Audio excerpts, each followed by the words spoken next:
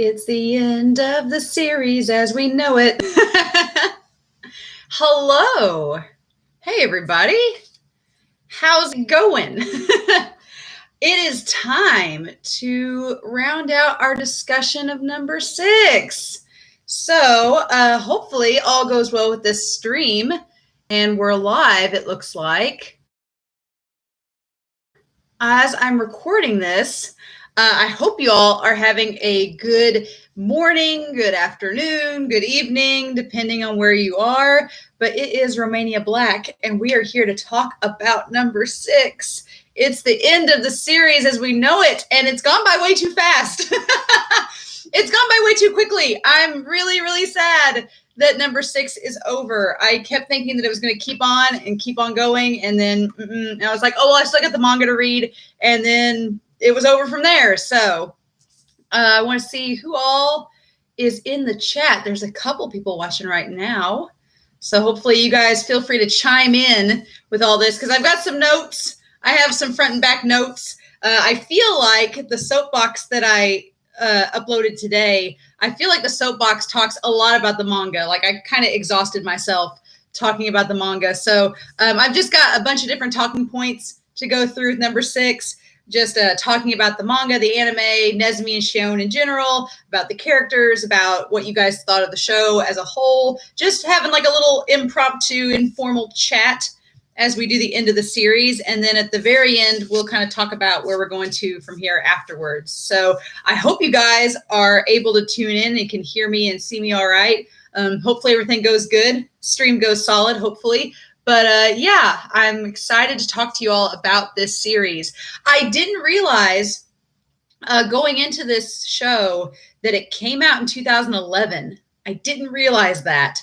And so that's been 10 years. 10 years ago, y'all. 10 years since number 6 debuted. And here I am 10 years too late for the bandwagon. My dog is going crazy in the floor, so excuse Huckleberry. But yeah.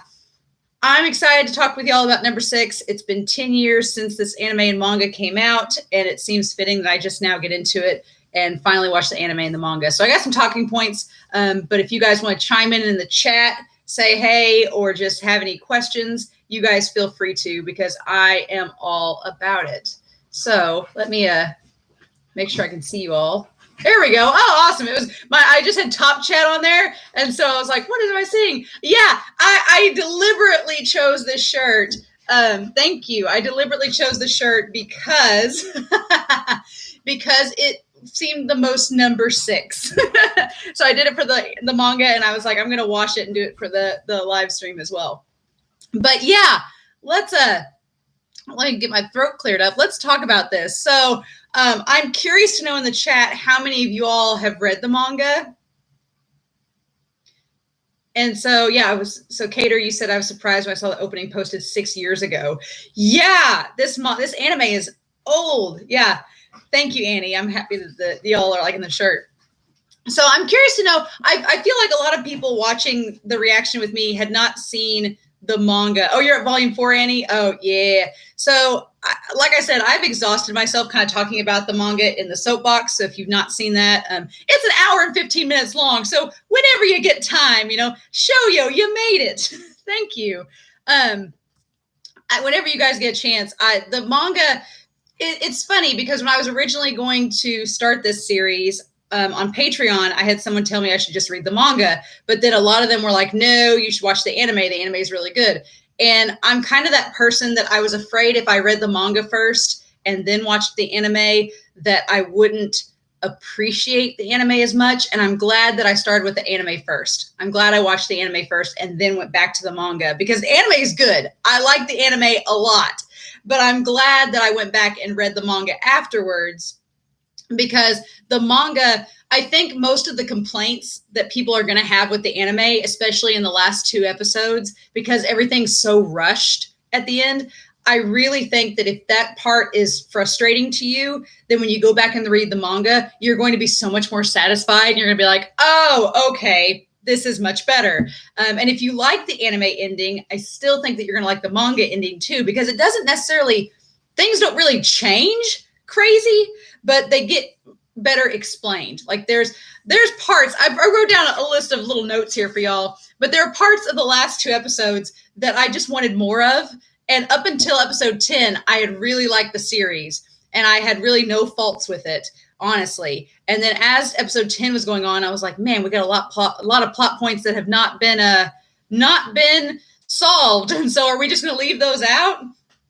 And so, yeah, like Nathalie says in the chat, how do you take it's 9 volumes of manga, like 1,000 pages, and you want to wrap it up in 11 episodes? I was going to talk about that with you all.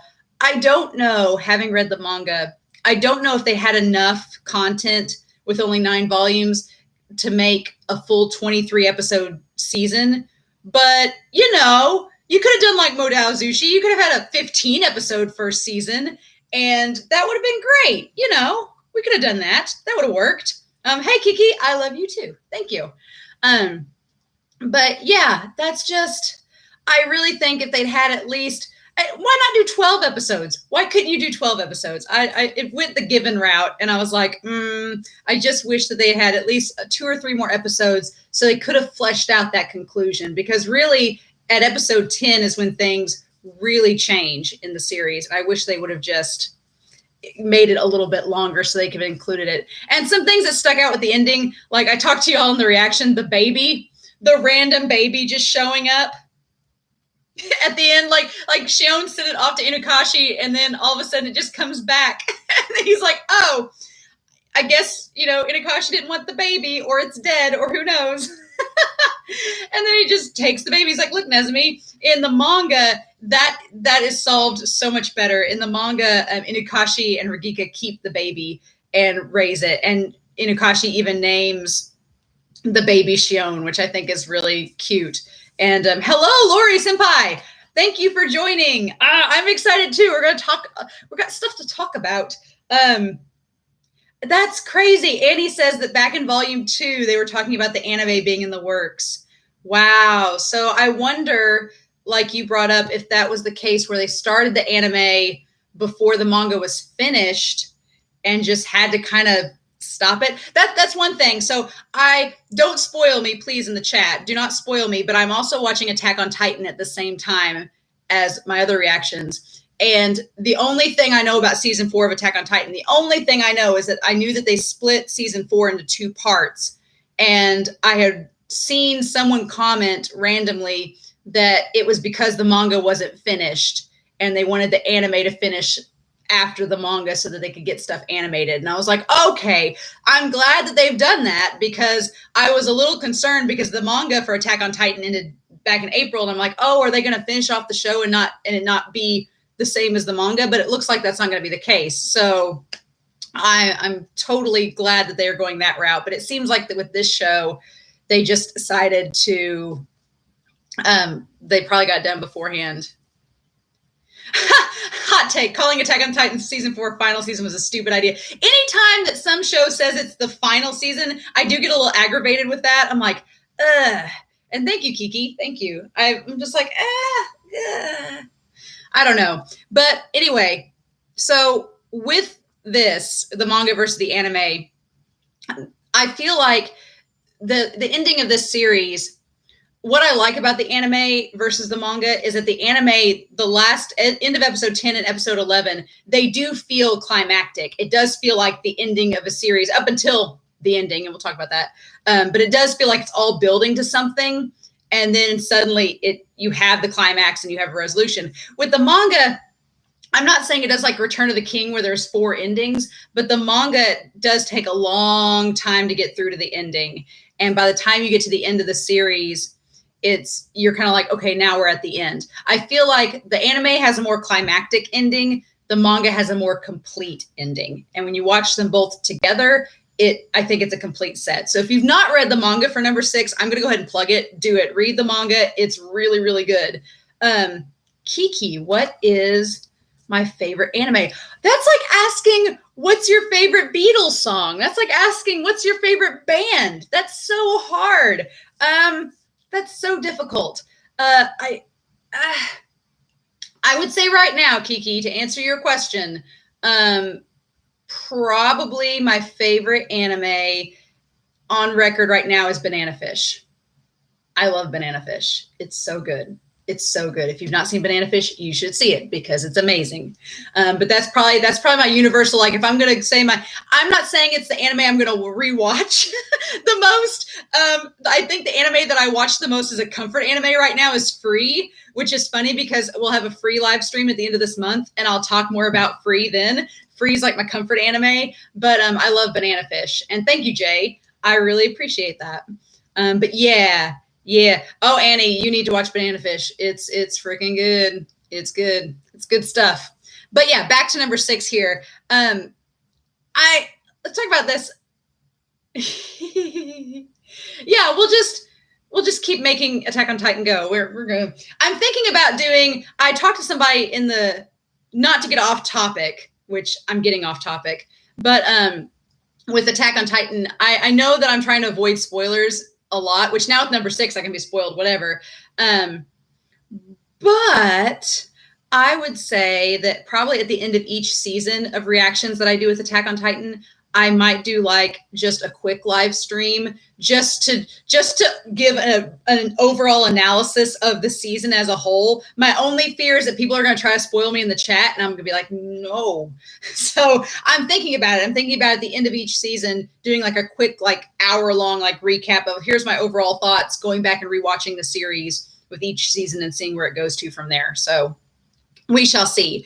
But yeah, with number 6, I think that the manga handled the ending much, much better. There's still parts of the manga and the anime that I'm kind of like on. And I want to ask your guys' opinion about this. So at the end of the manga and the end of the anime, Nezumi says that he's leaving. What do you all think about that? Because I did not like, that was one part about the ending. The ending of the manga is great, but what? Thank you, Kiki. But I was like, why, Nezumi? Why? After everything Shion and him have been through in this series, why would he leave Shion? I get that he wants Shion. In the manga, Nezumi tells Shion that he needs to be part of like the reconstruction campaign to rebuild number 6. And I get that. Nezumi doesn't want to be a part of that, and that's totally fine based on his history with number 6. I get it. But then I'm like, why do you have to leave, Nezumi? You don't have to. You could stick around. You could stay with Shion. I don't know. So I'm curious your thoughts about that. That was one part I was like, I don't know. I don't know how I feel about that. But let's talk about Nezumi and Shion. So definitely OTP worthy, I would think, Nezumi and Shion. I don't know what you all think as well. But oh, is it lagging? Oh, no. Oh, no. So that's all right. It's okay. I'll eventually see the comments in here. Yeah, Nezumi just leaving. I'm like, why? You guys just went through all of this problematic stuff, and you guys just talked your hearts out and bared your souls to one another. But now you're just going to leave for a bit, you vagabond? Come on. So I really think, as far as Nezumi and Shion go, I don't know about you all, but definitely OTP worthy, those two. It's funny that you see characters like these. I feel like Nezumi and Shion are 2 iconic characters that when I go back and think of couples in anime, Nezumi and Shion are going to be a couple that I go to immediately. I'm like, oh, okay, Nezumi and Shion. That's one of the anime couples. And someone in the comments asked me if I thought that this series was a BL. And at the time I was like, well, what do we, but it is. They kissed twice. It's a BL. I mean, they love each other. It's like Banana Fish. It is a love beyond love. It's definitely BL. I think that why people ask that question is that, hey, Giselle, nice to have you in the chat. I think why people maybe ask why it's a BL is because sometimes people, and I know I was this way too, until I started getting into different series that were boys love, was the idea of what do you expect out of a BL? And I think people expect a lot of like sexual tropes with BL series sometimes. And number 6 doesn't do that. It's very much a sci-fi romance. It's more of a sci-fi than anything, and the romance is in there. But I do think it's a boys' love because obviously you have 2 male characters that love each other, and they establish that their bond is not just a romantic or sexual bond. It's like, it's love. It's like soulmate level, heart to heart. We are, And then the then forgotten, I'm looking at your comment now too. Yeah, romance and the rest of the plot. It's kind of combines a lot of different genres together. You have your action, you have sci-fi, you have your romance in there too, and it has some thriller elements as well. And then there's parts like with Safu where it's kind of a horror, especially in the manga. This is one thing that I don't know. The anime, I wonder if it had to censor itself because, now we see anime and I wonder if they were thinking about censoring certain parts of it because there's a lot of parts that they censored in this. In what would be episode 10, when Shion kills that man, Shion has a mental breakdown and he literally tries to kill himself. He tries to shoot himself with the gun right afterwards.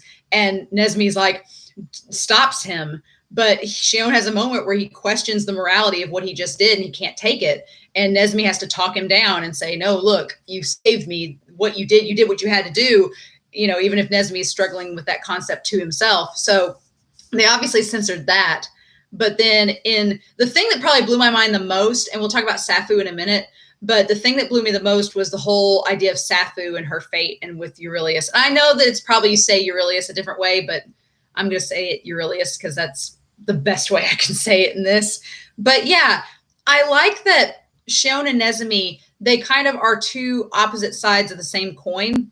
Shion being this idea, he's a symbol of privilege and innocence and kind of this representation. In the manga, the guy that's with Ro, the guy that's in the cave, he tells Shion and Nezumi, he's like, Shion is literally the physical embodiment of number 6, which I thought was such a cool line because he's basically saying yeah, you look really nice and innocent on the outside, but on the inside, you're murderous and vicious. And that ties back to the voice in Shion's head that's constantly telling him to destroy things, which, if you've read the manga, you kind of get the implication that the voice may be caused by Eurilius herself, that she's it's her voice coming out of him. So it's an interesting concept. I like the concepts that number 6 presents. I'm a huge fan of dystopian stories like 1984, Fahrenheit 451. I'm a big fan of dystopian novels and dystopian stories. So obviously the setting of this was definitely something I was interested in right off the bat. And then as we got into the story, the first 2 episodes of this series are awesome. I love the first 2 episodes of this series. The series as a whole is great, but those first 2 episodes, I watched episode 1 and I had to instantly watch episode 2. I normally take a week break in between recording episodes because I don't want to get too caught up in editing. But as soon as that episode was over, I was like, nope, got to watch the next one. I can't wait. So it was really, really, really good. And then you have Nezumi, who is, the opposite of privilege. He's been a slave his whole life, most of his life after his childhood, and he's been experimented on and he's been tracked down as a fugitive and he's been living in the shadows. And so his whole issue is about trust and forgiveness and learning to trust someone from number 6, despite what it's done to him. And for Nezumi, I can't imagine the ending scene. That's why the ending of the manga is so good, because that was one thing about the anime I got frustrated with is Shion's mom just running away. She just runs towards the West Block and leaves that little girl behind. She's like, peace out, little girl, see ya.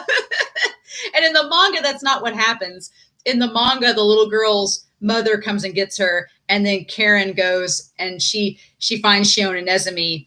And in one of the last scenes of the manga, Nezumi tells Shion, he's like, I talked to your mom, and I can't believe someone like her is from number 6. She's so wonderful. And that idea of forgiveness that Nezumi is able to reconcile with his past and realize that someone from number 6 is actually a good person is really awesome. Hey, Jenny, you made it to the live stream. Welcome. I am sweating up a storm here. So I'm sorry if I'm it is hot here where I'm at. So I'm sweating, but I'm glad you all have made the live stream. I really appreciate you guys coming and talking about number 6. Nathalie says, before watching, I thought it'd be a nice, sweet story. That's a good point. When I had number 6 suggested for several months, right around the time I was watching Given, I had people being like, you need to watch number 6. And I was like, okay. And so I didn't get around to it. But when I saw, I don't know what I was expecting. I was expecting, all I had seen were Nezmi and Shion's character designs. And I was expecting something like a fantasy story, like Lord of the Rings-esque. I don't know why. I think it was Nezmi's like outfit. But then, yeah, dystopian future, like right off the bat, I was like, cool. All right, this is what I was on board from that moment on. And then we got the nasty parasitic wasps, and I was like, cool. Yay. It's like one of my biggest fear, parasitic creatures, like things under your skin, like worms or wasps that can be parasitic, like inside of you growing. Cannot stand it. Cannot take it at all. So obviously episode 3 was great. I really love that episode for sure. But I also think it's really interesting, the idea of Nezmi as being an actor. I think that Nezmi's character has to put on a persona a lot of the times. So him being an actor is a really good twist, that he's trying to constantly put a facade or a face on. And then Shion kind of breaks those walls down and kind of reveals who he really is by the end of the series, which I think is pretty good.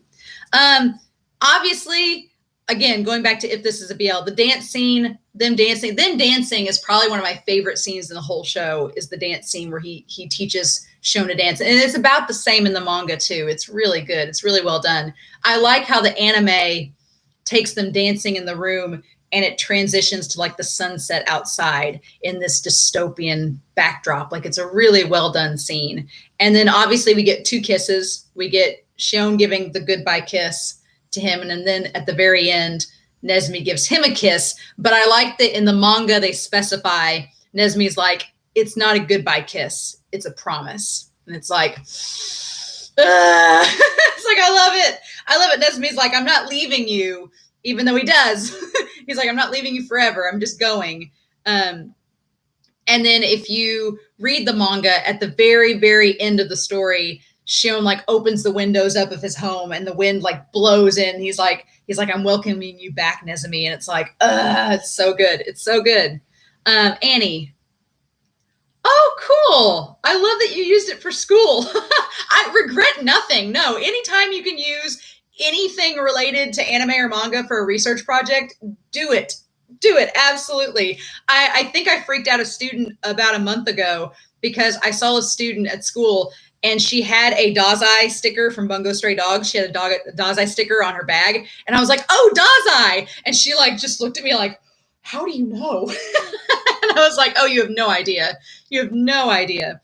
But yeah, use it as much as you can. Yeah, Nathalie, Nezmi's Eve persona.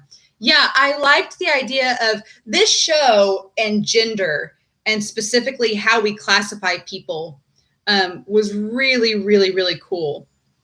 I really like the idea of Inukashi being non-binary. The Inukashi doesn't have a gender. It's just Inukashi. It's just dog loan. And that's something that's kind of brought up along with the fact that Nezmi has a persona that's feminine, that's Eve. Because usually when you think of a feminine persona, like something like when he's playing Ophelia, you think that maybe his character's weak, but Nezmi is a strong character. So it's interesting how they played with gender and gender roles in this series and kind of what we expect and then transition them, because Nezmi comes across as being like the macho guy that when you first come across him as an adult, he seems like the macho gung-ho guy, but then you're like, oh, he's an actor and has this Eve persona. And then Shion, who comes across as maybe being like weak or softer, by the end, he's the more hardcore person. And so it kind of takes those roles and transitions them into interesting ways. Nezmi can call himself lucky. Yeah, and he's like, yeah. I think that though lots of stuff happened. I guess you're talking about the second time he comes back. Yeah, Shion's a saint though. I mean, I find it interesting. I think someone said that Shion and Eren Yeager have the same voice actor, which amazes me because I'm like, how? What? This is, again, just blowing minds all over the place. Yeah, this show definitely, Jenny, like you said, it's very easy to get sucked into this world. And yeah, I highly recommend the manga. It's very, very good. It goes to the same beats as the show. It rearranges things in different ways. And then the ending is much more explained. And hey, Nova Star, you haven't missed much. We've just been talking about how the series is a BL. Nezmi and Shion are OTP. They're great. Yeah, Eren's voice actor is everywhere. He's one of those that just is all over the place because he's Todoroki in My Hero Academia as well. Ooh, Horu Musuko. Jenny, cool. I'm going to write that one down because I'm always looking for more suggestions. Cool. Musuko. Cool. Nice. Yeah, and Shion's as well. So there's a lot of references in this show. I've tried to write a few of them down that I could think of, references to other anime or other series. Obviously, Shakespeare's brought up a lot because Shion quotes Hamlet, Macbeth throughout the series and in the manga as well. Banana Fish, I've been told, is a huge influence. We were just talking about Banana Fish. Banana Fish is a huge influence for this mangaka, and you can tell because there's Shion and Nezumi are very similar to Ash and AG. And you can kind of see a lot of the similarities in their personalities as well, especially Nezumi kind of comes across more like Ash. Shion kind of comes across a little bit more like Eiji. I mean, there's very clear differences. Hello, Jay Chan. Nice to have you here. There's clear differences, but you can tell that you can tell the author has taken some reference from Ash and AG when creating Nezumi and Shion. Also, this is a part that is not really in the anime, but it's worth mentioning. So when you get to it in the manga, just be prepared. But one of the things that comes across in the manga for number 6 is that when they go up to see Safu is in. Oh, hello, R. Stevens. Yep. Thank you. Thanks for joining real quick. I'm excited for you to catch up. But there's a brain room. There's a brain room, and that's where they see Safu in. And this part floored me in the manga because in the anime, when Shion and Nezumi catch up with Safu at the top of the elevator, you just see her there in the sweater, and you're like, oh, well, there's Safu. Okay, cool. And by this point, you know that Aurelius is there, is inside of her. But in the manga, we've never seen Safu like in the tank except one time. She's like in a test tube, like in a tank. And she's naked, but you don't really see anything. But then later on, Aurelius comes to her and you see this room where there's all these brain stems and all these brains in jars. And it reminded me of the Garden of Eden episode in Banana Fish, where they see all the jars in there. And at that point in the manga, and I won't spoil it in Banana Fish because like Annie said, she hadn't watched it yet. So I'm going to spoil it. No spoilers for Banana Fish here. But in the manga, you come to realize in that moment that Safu's not really there. Like they've taken Safu's brains out and it's just Aurelius is using her and channeling her and she's appearing like a hologram. My thoughts on Safu, Nathalie. I will be honest, when this show started, I didn't like Safu at all. The first 2 episodes, I was like, especially because of how I commented on it in the reaction that she was a product of the number 6 system. Like she was very sanitized. She thought of sex in this like clinical, like non-romantic way. She was really like just kind of like pushy towards Shion. Like I didn't like her at all. And then what I liked that this anime did was that they expanded more on her relationship with the grandmother. And you got to see her and the grandmother together having conversations. And I was like, okay. And then when you see Safu go abroad, you're like, oh, okay, well, she's getting out of number 6. She's seeing other people. She's getting other viewpoints. Her mind's being expanded and opened up on. And then when she went back, I'll be honest, episode 6 was a turning point for me with Safu. After episode 6, I was kind of on board with Safu's character because I could definitely relate to her and her grandmother's relationship and her losing her grandmother. And then she admits that she loves Shion. And something that I like that the manga establishes is that Shion loves her too, but like a sister, like a best friend. Like he loves her like as family. And I feel sad for Safu because in the end, she was just trying to get back with Shion, someone she cared about, and she ended up losing her life for no reason. Like it could have been anyone inhabit Aurelius, but it's Safu. And it's so, so sad. Yeah,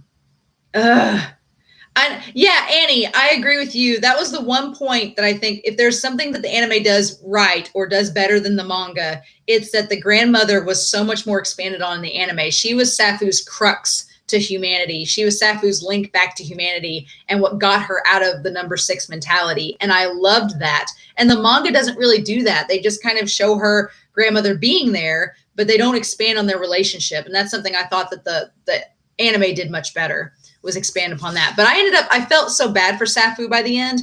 Something that's really neat is that there's a connection between Safu and Nezumi with their grandmothers. And I wanted to bring that up, was that Safu has a really loving relationship with her grandmother. And her grandmother is this kind, sincere woman that is positive and sweet, who has lived in number 6 and has lived arguably this ignorance is bliss, privileged life, compared to Nezumi's grandmother, who is one of the survivors of the forest with him. And both grandmothers, both Safu and Nezumi's grandmothers, died and kindness. Whereas Nezumi's grandmother, in the manga, we see Nezumi and his grandmother, and the grandmother is very bitter and angry. And she's like, don't trust anyone. Don't let anyone into your heart. She's like, they'll just betray you. You'll end up being alone. And she kind of has this bitter feeling that's left with Nezumi. And you kind of get the impression that the whole reason Nezumi has been so antagonistic towards Shion and kind of two-faced is because he's just reiterating his grandmother's thoughts to him. She was like, don't trust Shion. He's from number 6. They'll end up hurting you. And that's what he's grown up having kind of embedded in his mind, and it takes getting to know Shion and his mom for him to realize that maybe his grandmother wasn't totally right. So I really, really like that. Yeah, Jenny. Yeah, I mean, I felt bad for Safu by the end. I was sad that she just died without really, having much to do with the story other than knowing Shion. But we'll talk about Aurelius in a minute, because Wasp Goddess, y'all. But yeah, I'm glad that I like Safu more than the start of the series, because what I was afraid was going to happen was that Safu was going to be like this big, just cock block the whole time. I was like, she's going to come back and mess up things, and she's going to make Nezumi and Shion break up and get away from each other. And then I was like, if this anime makes her go off with Shion, I'm going to be like, flip the table, be the end of it. Like, no. So I'm glad that didn't happen, but I ended up appreciating her character more than I thought I would, which I'm glad. I'm glad that ended up happening. But so yeah, there's banana fish references in this series. Shion and Nezumi in the manga, their mom comes out and she actually sees them, and she gives him a big hug. And what it looks like the hug, if you've ever read Full Metal Alchemist, it looks like when Winry hugs Ed and Alphonse, that's what it looks like. It looks like her hugging them. So I thought that was a reference.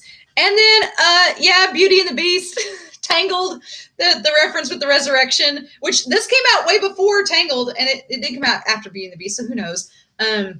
We'll talk about that with Aurelius. And then I feel like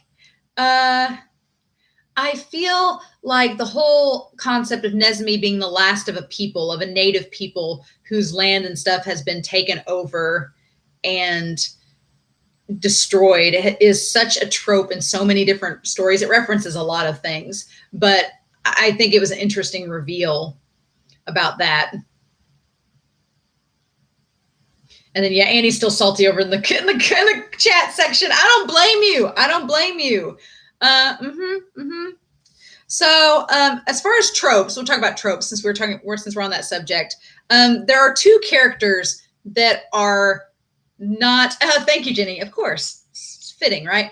There are 2 characters that are not in the anime that are pretty central in the manga, and I have to say that there's the one character I'm glad he's not in the manga, because I'm like, but then the other one I wish was kind of in there.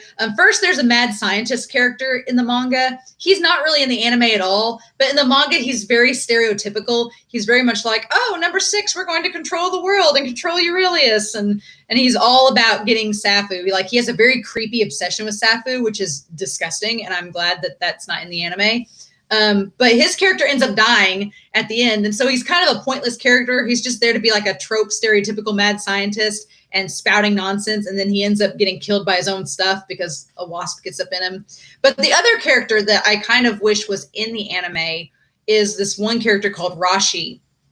And in episode 2, in that part of the manga, Shion is taken. Yeah, the cringe professor. I'm glad. Yeah, that is what he is. He's the cringe professor, and I'm glad he's not in the anime. But this guy, Rashi, he is part of the security bureau, and in the manga, he's the one that captures Shion right at the beginning when they discover the old man dies and then his coworker dies. And Rashi tells him that number 6 is behind everything and that he's going to get taken to the correctional facility. And that's when Shion escapes with Nezumi. And so throughout the manga, Rashi is trying to get Shion back. And in what would be episode 10 of the anime, in the manga, it's not a random guy that shoots Nezumi, and that's why Shion gets mad and shoots and kills him. It's not a random guy. In the manga, it's Rashi. Rashi sees them and shoots Nezumi in kind of the same scene, and then Shion ends up killing Rashi. And so during my soapbox reaction, I was happy that they had Rashi in the manga, because in the soapbox, I've kind of changed my mind. I may be changing my mind on this, because in the soapbox episode, I was like, oh, I'm glad that it was an actual known person that was the person that Shion killed. But then thinking back on it, I kind of am glad that it was a random person, because I think it's much more impactful in the moment when Nezumi gets mad and sad that Shion's killed this person. He thinks it's his fault. When it's just a random person, it adds a lot more weight to the whole deed of Shion killing the man. It adds a lot more weight to that moment. Because when it's somebody that's a villainous character, you don't necessarily feel so bad that they've been killed, because you're like, oh no, he was one of the big bad guys. He's been doing all these awful things. Yeah, Shion killed him and that's awful, but he was a big bad, he was a villain. Whereas when it's just a random soldier, they don't have as much responsibility towards the plot. And so when they die and our main character kills them, it gives a little bit more weight to their actions, I think. So I don't know. I thought that was really interesting. So I'm kind of torn. On the one hand, I wish Rashi was a character in the series, but then on the other hand, I'm like, I don't know. I'm kind of glad that it's a random person. One thing that I think and then Annie says, making it a known person makes it too much of a revenge action. Yeah, that's the one thing I liked that this series of the anime did, was they made it a random person instead of just an antagonist. Because like you said, Jenny, when it's the antagonist, it's easy to justify it. And so you don't feel as guilty for the character that they did it, because you're like, oh, well, they were a bad guy, they needed to go. But when it was just a random person, you're like, yeah, but you didn't have a vendetta against them. They were just doing their job. You didn't have to, like Nezumi said, you didn't have to kill them. You could just incapacitate them and they could have gotten out of there. But instead he made the conscious decision to kill him. And so I think that the anime did it right. What I wish the anime would have done was to give that scene more time and more weight, because in the manga, Nezumi and Shion have a huge discussion. They have a big discussion about the rights and wrongs of what happened. And basically the last portion of the manga, they go through, did I make the right choice? Was my decision the right one? And it's like, I don't know. So it's kind of funny how they decide to navigate that. And you get to hear like all different spectrums of answers to the whole rationale of should you kill someone, should you not? Like Nezumi and Shion go through the gauntlet of communicating to each other, their thoughts on the whole issue. But yeah, so let's talk about some other characters too. Inakashi, I love Inakashi. Doglone, I love that we have a non-binary character in the anime. I love that Inakashi, I love the series has very flawed characters. There's not really a perfect character. Even Shion is not a perfect character at all. He's got a lot of issues. But I like Inakashi, the whole dog angle, the idea of the hotel where people sleep on dogs. Like it's kind of based in reality too, when you think about it. Like that's not a bad idea if you had a bunch of dogs and people in homeless shelters needing something to snuggle with, So I like Inakashi as a character, and I like their relationship with Nezumi and Regika. And especially I'm very happy with how the manga and anime handled Regika and Inakashi's relationship and their friendship, because what I was afraid this show was going to do was to try to ship Regika and Inakashi, like raising the baby romantically. Doesn't happen. In the manga, they raise the baby, but it's totally platonic. They are just friends that are antagonizing one another and poking fun at one another, and they're just raising this baby Shion, and it's all good. I like that. Regika's character at the beginning, I didn't like him at all, because he was just kind of like a sleazy guy that was basically running like a prostitution ring. And then by the end of the series, he gets a lot more empathetic. And I really he ends up caring so much for Shion and kind of changes his tune by the end of it that I'm like, okay, he kind of changed and grew too. Yeah, platonic parents. I'm all about it. Karen, the mom, I wish both in the manga and the anime we had done more with the mother. I feel like she was mentioned with being with Organization X, and she was mentioned throughout as having some importance to the story. But even in the manga, she doesn't ever really... I don't know. She doesn't do a whole crazy lot. She's just kind of there. And then at the very end, she goes back with Nezumi and Shion. And so I get that she's kind of a grounding for Shion, that he needs to save number 6 because his mom's there. But I wish we had gotten more of her backstory. I wish we had seen more of her with Ro and with the others, and kind of seen her past a little bit. One thing I am happy about is that we don't find out Shion's dad. I cannot tell you, that is one thing about this anime and the manga that I really like, is that we never find out who Shion's father is. And that's fine with me. I'm okay with this series not making every character related to somebody else. Because what I was afraid was going to happen was that like Regika would be his dad, or the mad scientist would be his dad, or Rashi would be his dad, or Ro would be his dad. No, we just don't. His dad was some rando. We don't need to know who he is. I am totally fine with that. I did not want some crazy dramatic twist that like the cringe professor is like, I'm your father. And it'd be like, oh, God, no.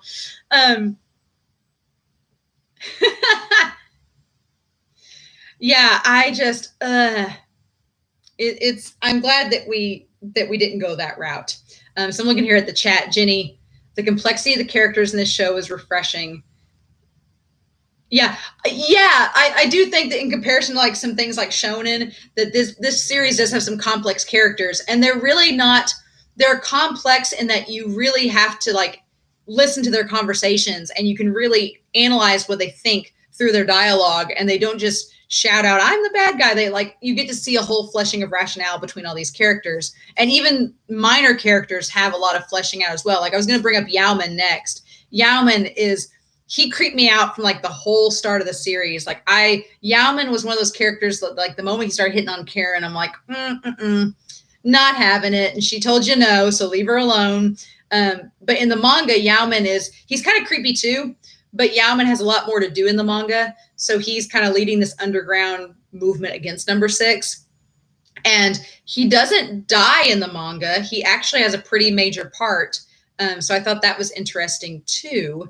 And there's also like a doctor that's introduced that helps save Nezumi when he's shot. And so that part's pretty interesting. But I like in the manga that they delve more into the dystopian kind of revolution, rebellion aspect of society than they do in the anime, because the anime just doesn't have time. They don't have time to deal with that. Like there's a really cool commentary, and it's very true to now, which is funny because it's been 10 years and this is set in a dystopian future. But in the manga, there's all this talk about a vaccine to save the people from the bee stings. And there's a big political thing about it. And it's like, oh God, this is connecting too close to home. Stop. I'm like, we don't need this. No. Hello, Niaj. Hello. You're not too late. You're not too late at all. I'm just over here sweating. It's fine. We're talking about number 6. But let's get into Eurilius while we're here, into our benevolent wasp goddess. Let's talk about Eurilius, because I like the angle of attaching something supernatural to this dystopian world, that they're literally like, no, this is a goddess. It's an energy source. Deal. And it's like, okay, cool. Jenny, I would have loved if the anime had gotten the 24 episode treatment. The only thing I worry about is if they'd have enough, I guess I'd only worry if they had enough content for 24 episodes. I guess they would have. They could have maybe stretched it a little and made it work, or given it an epilogue with an ending that had Nezumi coming back to Shion. That would have been great. But yeah, I definitely think they could have at least done 15 episodes. They could have done 15 or 16. They could have done it. Could have extended about 5 or 6 more episodes and covered the whole plot. I think they could have easily done that. But yeah, Eurilius, I like the introduction of this supernatural element into this dystopian society. And she's just basically a goddess. And of course, our scientists are like, we're going to tap into that and utilize it and harness its power. And I'm like, how? And so you find out in the manga does explain that a little bit more. The manga explains that the people of the forest that Nezumi was a part of would sacrifice a brain of an animal every year. And Eurilius would take that brain and use it as like a nest for her baby wasp eggs. And then they'd hatch, and the people of the forest would like sing a song and to appease her. And then for a year, they'd be good. And that'd be kind of how things would go. And then lo and behold, the guys in number 6 found out about all of this. And they're like, well, we're just going to tap into this and take the power for ourselves. and they were going to use, and that's when they started doing the experiments and using the brains of other people and instead of animals, and then things got out of hand. And Eurilius just kind of becomes a vengeful goddess, and she just starts implanting all these wasp eggs into people, and it's like, screw it, I'm going to control all of you and take all of your life energy and go from there. And Eurilius is kind of scary in the manga. At one point, she even asks Safu, she's like, you say you want to see Shion so badly. She's like, you're dead now. What if I just killed Shion too and you guys could be together? And for a second I was like, are you about to kill Shion off?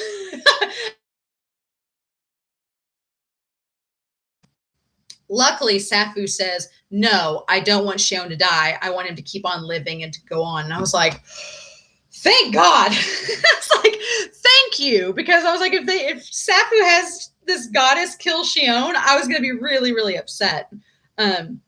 So yeah, hello, Sky. It's nice to have you on the chat.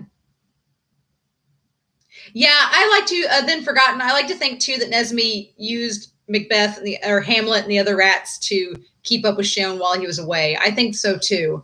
I'm just like, where'd he go?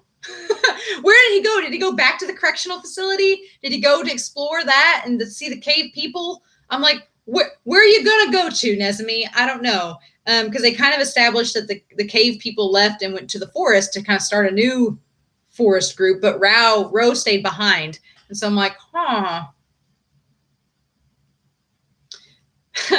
It's been uneventful. Yeah, it's like his mom is going to be so confused when she meets up with him. It's like, So I don't know. I think Eurilius is a really cool element to this show, and I'm glad that she's there. It's interesting. So, and then Shion becomes part of the rebuilding committee. So I had somebody ask if this, thank you, Sky. I had someone ask if this series should be remade, and I don't think so, but I don't know. I feel bad because I really like this anime adaptation, except that it's too short. Like, the animation is beautiful, the soundtrack is beautiful, the OP and ED are really good, the voice acting is really good. Like Sosuke's VA is Nesme's VA, and Nesme's VA, like the whole scene in number 10 where Nesme is crying and is so sad that Shion's killed someone, that moment is so good. It's so good. The voice acting is so good. And Nesme's singing. Nesme's voice actor has a beautiful singing voice. It's like, and someone had commented on YouTube that the voice actress for Eurilius is actually like a Japanese opera singer. Like, she's not a voice actress. She's just like an opera singer in Japan. And so she has this very booming, voluminous voice. And I'm like, oh, that's so perfect for the goddess. Like, it's a great choice. Great choice. But yeah, so I feel like, I don't know if I'd want them to remake it. I almost wish they would do like a recut of the ending and just make the last 2 episodes into like 5, like a mini series. That would be great. I'm happy, like you said, Annie, I'm happy with what we have. I think it's a good anime adaptation. It's just the only detriment to it is it's not long enough, is that they had to cut the last episode short and make some kind of odd decisions to how to end it. But I don't really think I'd want to do a 2-part movie version where the plot was covered. Yeah, if they did the ending in like an OVA, sure, I'd be all for that. And then, yeah, I would really like to read the novels translated into English. That'd be awesome. I've got a few translated ones sent to me, and I just haven't got to them yet because I've been reading some other things. But I want to eventually read the light novel and see kind of it in text form. But reading the manga is kind of the same deal, so I really like that as well. Looking at that, I would recommend, if you guys are thinking of, if some of you haven't watched the anime or haven't read the manga and you're on this chat, well, spoilers, but if you haven't read the manga, I really recommend it. But I would read the manga after watching the anime. I think that it's a much better experience. If you've watched the anime and you've seen it all the way through, you can go back and read the manga and be pleasantly surprised at some parts, and then other parts be like, oh, cool, the anime did that better. So I really, really like that as well. But yeah, 10 years, y'all. 10 years since number 6 came out. It's really sad. Like, in a couple weeks, I'm going to be doing a free live stream, And with that series, I've had 3 seasons and like 4 movies to talk about. So there's so much content. But with this series, because it's only 11 episodes, it's just not as much to go through. One thing I do like about this series is I think that it being 10 years old. Hey, that's all right. I'm going to have this live stream saved so that you can go back and see what else we've been talking about. But I'm glad that you've joined because I'm going to ask you guys some questions here in just a little bit. Or if you guys have questions in the chat, please put them out about what you've got with the manga or the anime. But I like that this series, I think it's kind of like a nice stepping stone into other anime. And you can tell that this series kind of set the stage for other anime coming later on after 2011 to sort of have these different in-depth fleshed out characters, to have this kind of sci-fi elements and to kind of explore different genres all at the same time. I think that's really interesting. Yeah, it's been 10 years. Yeah, came out in 2011. Crazy, right? So as I'm talking here, then forgotten. I was gonna say, if you have questions in the chat, let me know, because I'm getting to that point where I'm gonna ask you guys questions. Like I said, I feel like in the soapbox, I talked a lot about the manga. So I want to kind of see what you guys have for questions. Then forgotten, you ask, which do you prefer, the opening or ending music? Ooh, that's such a, I feel bad because where I watched the reaction, I watched it, the site I watched it, and I can't think of its name right now. I think it was Anime Network. The ED was constantly cut out of the reactions. It just it wouldn't play or it'd be silenced. And I don't know if that was for copyright reasons. So I didn't get to hear the ending as much as the OP. I think the ED, this is going to sound weird. I think the ED is better, but there's something about that OP, and it's not for everybody. I've heard a bunch of people say they don't like the OP because it has that like really high pitched, eerie, voicey sing-songy quality to it. But I think it's perfect for number 6. Like the opening is eerie, it's creepy, and I really kind of like it. Like it's not a song that I have on my playlist. It's not a song that I'm going to play when I'm running or anything like that. But for that series, I think the OP is really, really good. But yeah, the ED is better as a standalone song, and then the OP fits the show very well. Sky, who is your favorite character? Ooh, I honestly think that by the end of it, it's Nezumi. At first, I thought it was going to be Shion, and I related to Shion a lot at the start of it. But Nezumi, by the end of it, I really just, all the different motions that Nezumi went throughout the series, and his realizing his feelings for Shion, and him being sad when Shion killed the man, and Nezumi like constantly wanting to protect Shion but not tell him that, and then like the two of them are just animated so well together. And I can get on Tumblr now that I'm not going to be spoiled, and I can see all the gifs of them all together, and it's like the animation is just beautiful. But Nezumi is such a good character, and just the added layers of him being the actor, of being Ophelia, of trying to like his relationship with Doglone and Regika, like it's all just, Nezumi's a great character. I love him so much. But it'd be him, and then probably Shion would be tied for second. But Shion, I think, is just, Nezumi has just a hair, just a rat's tail over him, for sure. Yeah, I think the OP suits it very well. And Inukashi's good too. Yeah, Inukashi's a great character. I love them as well. I love the idea of Inukashi being raised by dogs. Like that's really a really cool thing. Oh, hey, Jay-Z. Sup? Yeah, free. By the end of the month, probably July 30th or August 1st, either one, we're going to have a live stream for free. And so it's going to be crazy because I'm going to have so much to talk about in that live stream. It's going to be nuts. So I'm pretty excited. That's going to be the end of the month. Probably July 30th or August 1st is going to be our free live stream. And I'm like gearing up for a 3-hour extravaganza. Like it's going to be crazy. There's going to be so much to talk about. Have I seen Fairy Tail? That's funny. I've seen parts of Fairy Tail. Just to know something about me, I have a younger brother. We're 5 years apart, and we're just far enough apart in age that when we were kids, we disagreed on everything. And we both watched anime when we were kids. And it was one of those things like if you have a sibling, then you probably know this. But when we were kids, anything my brother liked, I was like, no, I'm not watching it. And he was like, eh. And so my brother was really into Fairy Tail. And because I was his sister, and because I was like, I don't like anything that you like. He was like, you want to watch Fairy Tail? And I was like, no. So I know some characters from Fairy Tail. I know like Natsu and Ezra, but I don't. And there's a blue cat with wings, but that's all I really know about Fairy Tail. But he's really into Fairy Tail. Yeah, the free live stream. I'm so gonna be excited because it's gonna be 3 hours. It's gonna be crazy. Yeah, my brother and I, and we both now are very much into anime and manga, but our tastes are still very different. Like he's into like, what is he watching right now? He's watching like Legends of Ragnarok or something like that. And he's super into it. And I'm like, I'm not sure if I'm ready for that, but we're both definitely we're both into Demon Slayer. And we're both very much into Chainsaw Man, or at least I'm going to be into Chainsaw Man. That's something I did want to talk about with y'all. If you have questions about number 6, please put those in the chat and I will be happy to answer them, or any questions in general. But I wanted to tell you all that at the end of the month, we're going to have a free live stream. We're going to have a free live stream probably the 30th or the 1st of August.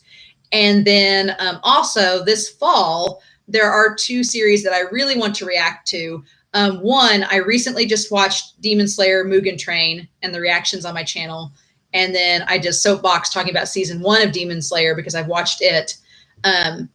But I want to watch season 2 of Demon Slayer. So when it comes out, I want to react to it. And then Chainsaw Man, my brother has read the manga. My brother's read the manga and he loves it. It's like one of his favorites. And I want to see the anime because I've heard the anime is really, really good. It's going to be really, really good. I've heard the manga is really good, and I've seen the preview for the anime, and I'm like, sold, done, we're good. I was asking my brother what Chainsaw Man is like, and he was like, oh, it's if Jujutsu Kaisen was gorier. And I said, sign me up. so I want to see the Jujutsu Kaisen movie. I want to see Demon Slayer, and I want to see Chainsaw Man. So I've not read the manga on either Demon Slayer or Chainsaw Man. I've not read the manga for either. I'm going to be anime only for that, just like I'm anime only for Jujutsu Kaisen. So I'm pretty excited for those. The singing, yes, the operatic singing. Cater, I'm looking at your comment right now too with Nezmi. We're going to get back to number 6 for a minute. But yeah, I really liked the fact that they let Nezmi sing in this, and that I didn't realize that his VA could sing like that. Wonderful, wonderful. His voice is so good. It's so good. But yeah, so do y'all have any questions about, I feel like this chat's so short with number 6, and I hate that. I did talk for like an hour and 15 minutes about the manga though. So if you want to check out that soapbox, please do. But I definitely am excited for this fall to get into some of those reactions. I feel like Demon Slayer and Chainsaw Man are going to be really good reactions for like Halloween season. Like it's going to be a lot of fun. And by that point, I'm still going to be doing Attack on Titan. And I'm still going to be doing Bungo Stray Dogs. So it's going to be like all the craziness, all fall. It's going to be wonderful. But yeah, do you all have any questions about number 6 of what we have left?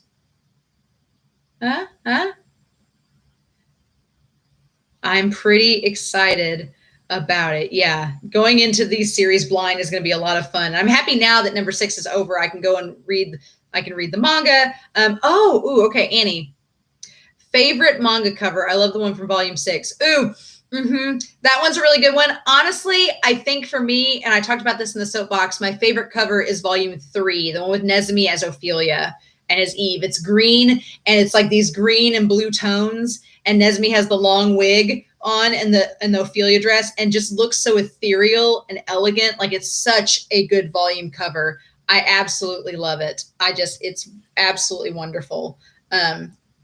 It's probably my favorite if I had to pick a volume cover, but I like the last volume. Volume 9's is really good too, where it's Nezumi and Shion. They're like bumping heads. Yeah, Chainsaw Man's gonna be wild. I'm pretty excited. So,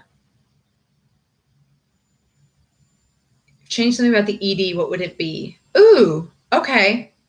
The ED. There's one thing that I've liked about other. There's one thing that I like about other anime EDs is that, because in the OP, sometimes they'll spoil things that are going to happen for the series, and they kind of let you know what plot points are going to be talked about. That seems to be a thing. Or the ending of the manga. Change something about ending the manga. What would be? Oh, well, the ending of the manga. that Nezumi leaves. On the one hand, I'm glad that the coffee scene between Nezumi and Shion, if you've not read the manga, there's a scene where, now, for the record, in the manga, whenever Nezumi first meets Shion and they're like 10 years old or 12 years old, and he falls asleep on the bed, in the manga or in the anime, it shows them like holding hands, but in the manga, they're like embracing each other like little kids. It's kind of cute. But in the manga, at the very end, Shion and Nezumi, they make it out of the city. They meet up with Shion's mom. Everything's good. They go back to Shion's house and they both sleep on the same bed together. It's super cute. And they wake up and have coffee in the morning. And Nezumi talks about Shion's mom and how they met his mom, met the parents. Everything's great. And I'm like, and then Nezumi's like, so while you're working on the committee, I'm going to peace out for a while. And I was like, wait, why? I was like, why would you leave? I was like, you guys have just been shot at. You've dealt with a goddess. You've been through all of this stuff and you're going to leave? What? Like that, if I had to change, Lori Senpai, one part about the manga, it would be that I don't know why Nezumi leaves. I could see Nezumi not wanting to be on the committee, and maybe Nezumi wants to go visit the people of the forest and do that. But I'm like, and they had that whole thing at the end where Shion opens up the windows and he's like welcoming Nezumi back in, and it's a parallel to the beginning of the series, and I get that. But I'm like, you didn't have to make it a parallel like that. You could have just had Nezumi went off, and as he was coming back to see him at the end of the day, he opens up the window. I'm like, I think that I at least think that they do get a happily ever after. In the anime, it's kind of ambiguous. In the anime, it's kind of vague. And you're like, do they get a happy ending? I don't know. But in the manga, it's like, yeah, they're going to get a happy ending. They're just not showing us. And then they use the kiss. Nezumi gives Shion a kiss on the lips. And Shion's like, oh, is this goodbye? And he's like, no, it's a promise that I'm going to come back. And it's like, So yeah, that'd be one thing I would change. I'm like, just stick to it. Let them be together. And I can't imagine, Annie. I've not really looked at any fan fiction for number 6, but I'm sure there's a lot where people were like, I'm gonna fix this. I'm gonna fix this problem. And I'm all for it. I need to find those fanfics and read them. Because I'd be like, what are you doing? What are you doing? So yeah, that's a really good question, Lori. I'm glad you asked that. Does anybody else have any questions about number 6? Yeah, well, I don't, Annie, I'm going back to what you say, the reason that he leaves is the only reason people doubt their relationship. I don't know how you could doubt their relationship, because they pretty much say umpteen dozen times in that manga, they're like, I love you. And it's like, I don't know what you want. I don't know what you want. It's right there. It's like they just said it. They just said it. There's a moment in the manga where Shion's like, my bond with Nezumi is stronger than a soulmate's bond. It's stronger than a lover, stronger than a friend. I'm like, I don't know what you want. I don't know what proof you need. That's pretty solid proof to me. I'm like, it's love, damn it. I've been waiting this whole chat to say that. But it is. They kissed twice. What do you want? They each kissed each other. Shion kissed him and he kissed him. And Nezumi kissed Shion. I'm like, it's mutual. I don't know what else y'all want. It's love, damn it. That's all there is to it. I feel like I'm going to say that with like every series. A coffee shop AU. Yeah, Jenny will start a coffee shop AU and we'll just do it. It'll be right next to the bakery. I'm all for it. I mean, there's going to be health code violations because Nezumi's rats are all over the place. So we're going to have to find a way to control that. But we'll just stick them with the little girl and tell her to run off with Hamlet and the others so that, the health inspector doesn't get onto him. But, you don't kiss your friends, people. Not on the mouth. Not usually. I mean, usually there's an implication with that. I'm just saying, But yeah, I'm really glad that y'all, thank you for recommending this series. Thank you so much, because I had decided that when I finished a manga that I was doing just for Patreon, when I finished Slam Dunk, I'm like, I want to read a different series. And so I was like, I just want to do number 6. I'm just going to do it. People have recommended it for ages. I'm going to do it and just watch it. And I'm glad that I did. I really am. I'm glad that I got to see that, because I don't regret it. Not at all. Yeah, we're talking about Yuri on Ice. Yeah. People doubt the queerness in any relationship in anime. And there are some shows that, sure, it's not canon and that there's subtext, but there's not official context to it. And I get that. But with this show specifically, with number 6, it's not just that there's subtext, but it's there. It's canon. I don't know how else you can interpret that. I mean, in the manga, and I talked about this in the soapbox, in the manga, he literally says, I view Safu as a friend, and my bond with Nezumi is greater than that of a friend or lover. I'm like, it's love, damn it. Dystopian Coffee Shop AU. Let's do this. I'm going to go. That's what I'm going to search tonight, is Dystopian Coffee Shop AUs with number 6. Someone should have wrote it, right? There's no subtext. It's just text. It's just the story. So yeah, when people are asking me if this was a BL, I'm like, yeah, it is. It is. It's just not maybe what you typically traditionally think of as a BL, but that doesn't make it not that, which I like. I like that there's different stories of different relationships that are told through different genres. I really like that. Someone had commented, I think on Twitter, saying we need more LGBTQ A+ shonen and action stories. Yes, we do. We definitely do. We need different genres representing all different kinds of people and all different kinds of relationships. So absolutely. Absolutely. So I'm really glad that I watched this and read it. I really am. I feel like it was one of those classic anime and classic manga that I needed to see. And so I'm glad that since it's, 10 years on it, that I finally got it. Annie, my mom picked up on it. Yeah, usually if your parents or if somebody that's not an anime watcher picks up on something, you're like, yeah, it's a thing.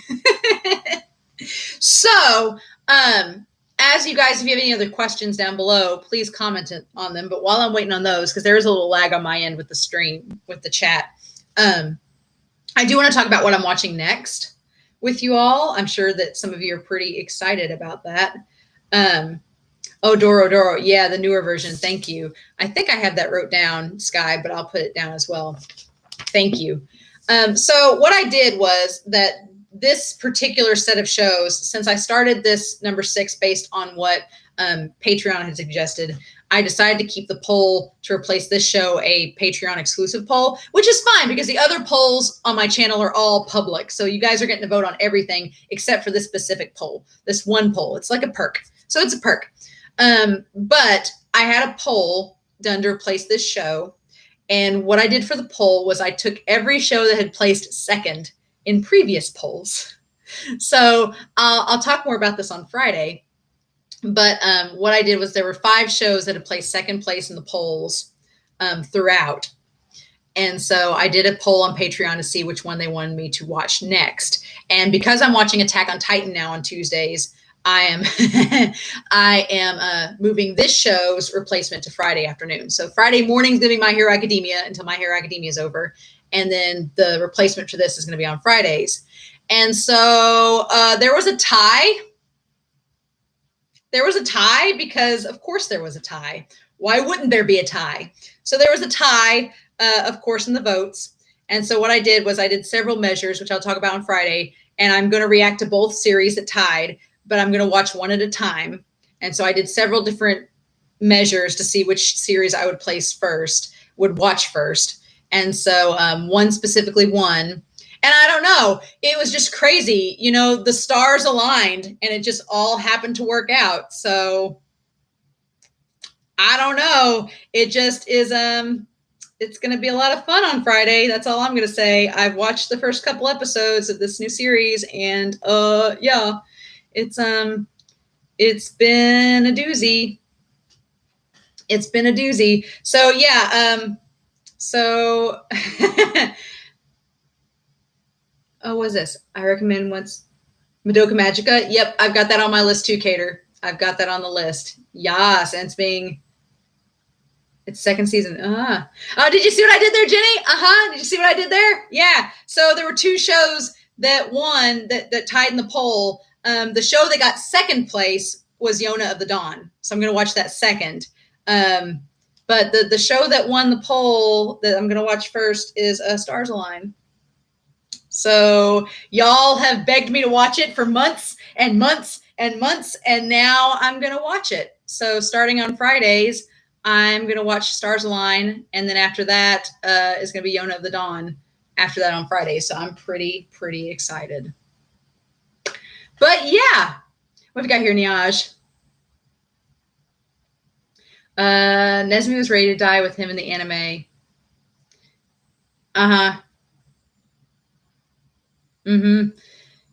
Yeah, the anime, gosh, that scene where Shion got shot alongside with Nesme, it was I would say the anime had amped up the tension of that climax more than the manga, because the manga kind of spreads it out and it doesn't feel as episodic as the anime. But yeah, Nesme having to figure himself out emotionally. And Jenny, you're Jenny HL. Oh, cool. Awesome. Jenny LH. Nice. Cool. It's all connecting now. The dots are connecting. Yay. Awesome. Cool. Glad to have you on the chat. But yes, Annie, Yona made it. So it's going to be Stars Align first and then Yona after that. So they both tied. And I'll talk about it on Friday with Stars Align. But Stars Align it's the one I'm going to go with first for reasons that I'll talk about. And so, yeah, I'm pretty excited. Those are two series that y'all have really wanted me to watch. And I'm glad that they're not going to have to wait to another poll. It's going to be those two next. So I'm pretty excited. I've heard great things about both. So it should be a good time. But yeah, do y'all have any other questions about number 6? I feel like we're over an hour into the live stream. But yeah, we're over an hour into this live stream. So I'm just curious, though, if you guys have any other questions about it. It's just such a good series. I really liked watching this series. I'm sad it's over. It's every time I end a series, it's like something that's been a staple for several weeks. Like this has been a staple for almost 3 months watching this show. And now it's ending. And I'm like, but it's time to move on to something else. So it's like you move on from one good thing to another good thing. So I'm pretty excited about that. But yeah, so I won't be doing another live stream until the end of July. So July 30th or August 1st. We'll be doing it on free Iwatobi Swim Club, a milestone series. Yes, indeed. So if you've not watched free Iwatobi Swim Club, almost all of the reactions are on my channel. It's a big old playlist, but they are so nice. Yeah. Yep. So I'm pretty excited. There's 11 episodes of Stars Align, Annie. So 11 episodes of Stars Align, and then Yona. We'll get into that afterwards. But if you've not watched Free, I would highly encourage you guys to do so. It's an amazing show. It's my comfort anime. I'm going to be doing the next live stream I do is going to be about Free, and it's going to be the last either July 30th or August 1st. I'll have more stuff in a community post when it gets closer. But it's such a good series, and I'm going to be so ready to talk about it. That's going to be a long live stream because there's going to be there's so many characters, so many plot lines. It's going to be crazy. I'll probably have a lay on in a Hawaiian shirt and like a Mai Tai or a pina colada or something. I don't know if I'll get that ambitious, but it's going to be a fun time.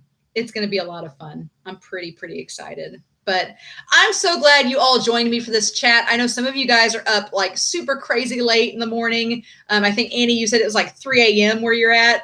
I'm so excited. And there's a manga to Yona. Awesome. But yeah, I hope you all have a wonderful, before I go, Nathalie, you're asking questions at the last minute. Are there any plans for future manga reviews or reactions? So, I've got a whole, a notebook down here of different one-shot mangas that I have that I want to get to. Next month, Hanako-kun, I've been following Hanako-kun.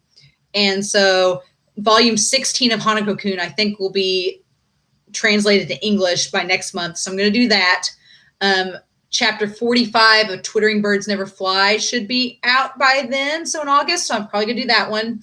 And I've got little one-shot mangas that I'm going to probably try to fit in the next couple months to try to do reactions on them. To be honest, Modao Zushi is taking up a lot of my time because I'm doing Modao Zushi. I'm doing the manga, I'm doing the manhwa, the novel, and the audio drama. And so a lot of my reading right now, to be honest, a lot of my reading is Modao Zushi right now. And so that's been consuming a lot of my time.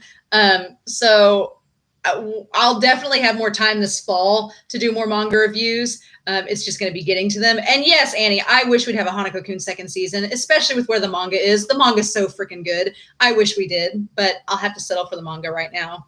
But that's all right. Nathalie, you can definitely, I ramble so long in that soapbox that it's totally okay. Whenever you get a chance to. What? Y'all are springing me on this info at the last minute as I'm rounding out our slideshow. You guys are springing things on me. Oh my God, an audio drama. Annie, if you get a chance, Annie, comment on one of the episodes, number 6, or in the soapbox one with the link to that audio drama where Shone gets drunk, and I will react to that sucker. I've become a fan of audio drama reactions now. So I've done the Cindereki audio drama. I'm doing Modao Zushi audio drama. I'm kind of in love with reacting to audio dramas now. So if you find that Shone drunk audio drama, send me a link to it because I'd love to react to that if I get some time. But yeah, full gauntlet to Modao Zushi. Thank you, Annie. That's awesome. But yeah, so much stuff, so many reactions yet to come. I'm really excited with the shows I'm watching. All the shows I'm watching, I love. So I'm excited for this fall and the rest of summer. So I hope you all are too. But yeah, with that being said, I hope you all have a wonderful week. Thank you guys so much for tuning in with me tonight to see the live stream. This was a lot of fun. Nothing too crazy long, but we've got lots of other stuff to look forward to. And I'm going to be excited when we get to that. So I hope you guys have a wonderful evening. Thank you guys for joining me on this. And yeah, we're going to have Attack on Titan this week. We got Free this week. We got Ace of the Diamond. We've got Stars Align is going to be out on Friday. So it's going to be a lot of fun. Look forward to that. My Hero Academia, Bungo Stray Dogs. And then, yeah, end of the month, free live stream. That one's going to be awesome. I'm getting notes ready for that as we speak. And so that's going to be a lot of fun too. So in the meantime, everybody, thank you guys so much. And I'll edit this live stream and have it saved on here so you guys can watch it anytime. But have a good night, a good day, guys. And I will talk to you all again real soon. Thank you guys for joining. Love you all. Bye.